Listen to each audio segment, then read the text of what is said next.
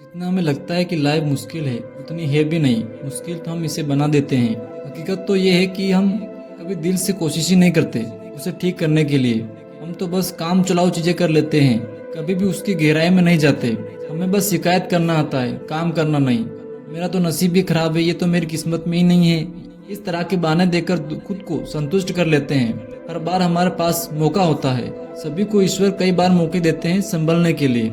ईश्वर को हो या कोई शक्ति जो इस संसार को चला रही है, लेकिन उस टाइम हम समझ ही नहीं पाते और उस मौके को खो देते हैं। मेरा तो ये मानना है कि हम जहाँ भी हैं, जिस जगह या जिस कंडीशन में भी हैं, हम वहीं से शुरुआत कर सकते हैं। कोई उम्र या कोई सीमा नहीं होती शुरू करने के लिए।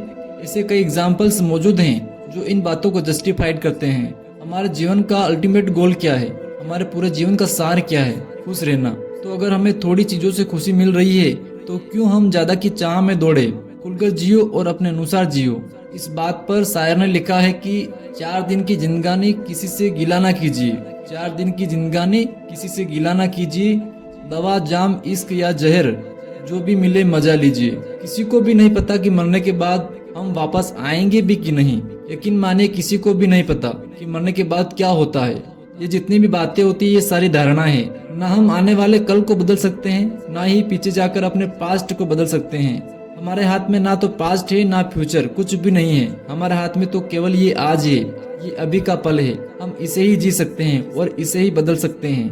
आज में खुश रहना चाहिए। आपकी लाइफ में पीछे आपके साथ जो कुछ भी हुआ उसे बार बार याद करने से कोई अर्थ नहीं निकलने वाला। हाँ, आप अच्छे पलों को संजो कर रख सकते हैं। जब हम सपना देखते हैं तो सपना हमें बिल्कुल हकीकत लगता है। सपने में जो लोग हमारे साथ होते हैं, जो खाना हम खाते हैं, खाने का स्वाद भी आता है और जितनी बातें हम करते हैं सब एकदम हकीकत लगती है। और जब अचानक सपने से जागते हैं तो हमें पता चलता है कि ये तो सपना था और हम ऐसे ही घबरा रहे थे। हो सकता है जो लाइफ हम जी रहे हैं शायद ये भी एक सपना हो और इसका पता हमें तब चलेगा जब हम मर जाएंगे। तो क्यों हम छोटी छोटी बातों में उलझ कर रह जाते हैं? किसी ने हमें कुछ कह दिया, कोई हमें पसंद नहीं करता, कोई हमारी परवाह नहीं करता। इन बातों का कोई मतलब नहीं रह जाता है। जिंदगी एक है और समस्याएं बहुत सारी हैं। तो जिंदगी को खुलकर और खुशी से जीना है। किसी भी बात के बारे में सोचकर ज्यादा परेशान नहीं होना है। कोशिश पूरी करनी है और फिर भी चीजें अपने अनुसार नहीं मिले तो उसे स्वीकार कर लीजिए। जिस महफिल ने हमको ही ठुकराया क्यों उसे याद करे। जिस महफिल ने हमको ही ठुकराया क्यों उसे याद करे। आगे लम्हे बुला रहे हैं, आओ उनके साथ चले।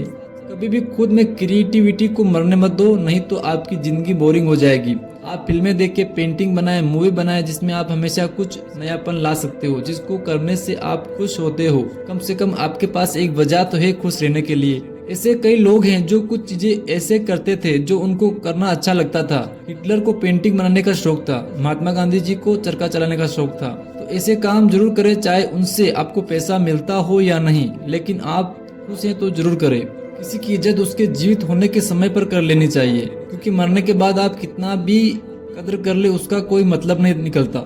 जब तक आपके माँ बाप या आपके बच्चे हैं उनके साथ टाइम बिताओ ताकि एक दूसरे को समझ सको।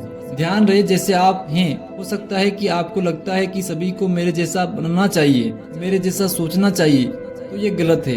ईश्वर ने सभी को एक दूसरे से अलग बनाया है। सभी की अपनी राय और अपनी सोच होती है और आपको इनकी इज्जत करनी चाहिए। आप किसी पर अपनी सोच को थोप नहीं सकते, वो इनकी इच्छा है कि इसको माने या नहीं। जिन लोगों की वजह से तुम डरते हो, कौन है ये लोग? क्या महत्व है इनका तुम्हारी लाइफ में? उन्हें कोई फर्क नहीं पड़ता कि तुम क्या करते हो। तुम्हें लगता होगा कि लोग तुम्हारे बारे में सोचते होंगे, उन्हें तुम्हारा ख्याल तक नहीं आता। वो तो खुद अपनी लाइफ से परेशान हैं। ज्यादा टेंशन नहीं लेना है। क्यों डरे कि जिंदगी में क्या होगा? क्यों डरे कि जिंदगी में क्या होगा? कुछ ना होगा तो तजुर्बा होगा। ज्यादा सोचने में अपनी जिंदगी मत खराब करो, थोड़ा खुलकर जियो।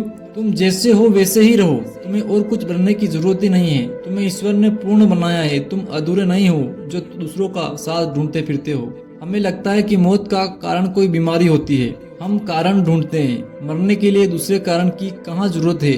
तुम मरते हो इसलिए नहीं कि तुम्हें कोई बीमारी है, तुम मरते हो क्योंकि तुम जन्मे हो। तुम्हारी मौत का कारण ही ये है कि तुमने जन्म लिया, जो पैदा होगा उसका मरना तय है। अगर आपको लगता है कि ये चीज करने से या ये चीज पाने से आप खुश रहेंगे तो आपको कर लेनी चाहिए, क्योंकि जिंदगी भर उस चीज को याद करने से तो अच्छा है कि उसे कर लिया जाए। ऐसा कर लेता वैसा कर लेता, फिर इन बातों का कोई अर्थ नहीं रह जाता। सोचो मत, बस कर लो। सोचने सोचने में तो जिंदगी बीती जा रही है। हम सब कुछ बनने की दौड़ में लगे हुए हैं। हम खुद से राजी नहीं है, हम अपने होने में राजी नहीं है। हम बस दूसरों के जैसा बनना चाहते हैं, दूसरों की नकल करने में लगे हुए हैं। क्यों करें हम दूसरों की नकल? भगवान ने जैसा उसको बनाया है वैसे ही मुझे भी बनाया है। हम इस बात को नहीं समझते, दूसरों की कॉपी करने में लगे हुए हैं। ध्यान रखना ये बात कि ओरिजिनल की कितनी भी कॉपी कर ली जाए वो कभी मौलिक नहीं बन सकती। वो काली ही रहेगी और खुद की मौलिकता को खो देगी।